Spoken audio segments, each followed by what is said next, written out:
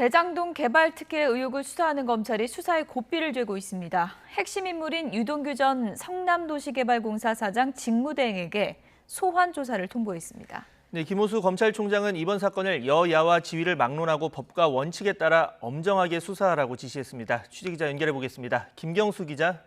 네, 서울중앙지검입니다. 네, 어제 동시다발 압수수색에 나선 검찰이 오늘 곧바로 핵심 인물들에게 소환 조사를 통보했다고요?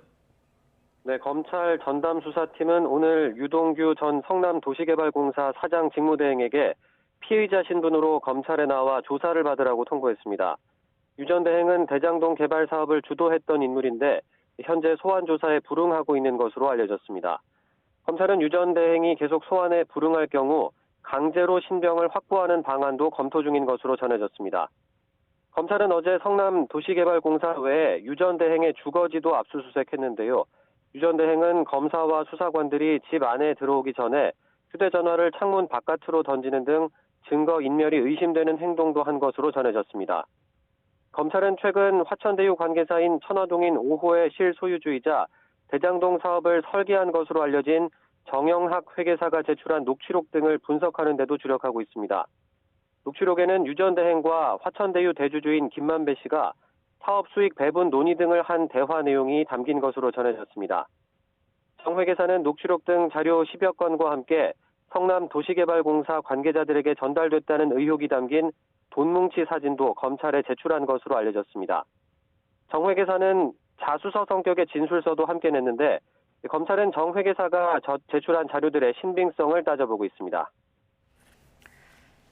네, 검찰이 점차 수사에 속도를 내고 있는 모양새인데요. 김호수 검찰총장도 엄정하고 신속한 수사를 지시했죠? 네, 대검찰청은 오늘 김호수 검찰총장이 대장동 개발 특혜 의혹 사건을 법과 원칙에 따라 엄정하게 처리하라는 지시를 내렸다고 밝혔습니다. 김 총장은 여야, 신분, 지위를 막론하고 신속하고 철저하게 수사하라고 강조하고 경찰 등 다른 기관과도 긴밀히 협력해서 필요한 경우 자료도 공유하라고 지시했습니다. 어제 검사만 16명에 이르는 대규모 전담팀을 꾸리고 곧바로 강제 수사에 나선 데 이어 검찰총장이 재차 수사 의지를 밝힌 겁니다. 전담수사팀이 꾸려진 서울중앙지검은 어제 화천대유와 성남도시개발공사 그리고 화천대유 관계사 소유주들의 사무실 등 10여 곳을 동시에 압수수색했습니다. 화천대유 사무실 압수수색은 밤 9시 무렵까지 12시간 가까이 진행됐는데 검찰은 확보한 압수물을 분석해 유 전 대행 외 나머지 사건 관계자들도 불러 조사할 것으로 보입니다. 검찰은 미국에 체류 중인 천화동인 4호 실소유주 남욱 변호사의 신병 확보 방안도 고심하고 있습니다. 검찰은 남 변호사가 귀국할 경우 통보해달라고 법무부 출입국 당국에 요청하고 필요하면 남 변호사 여권을 무효로 만드는 방안도 검토하는 것으로 알려졌습니다. 지금까지 서울중앙지검에서 전해드렸습니다.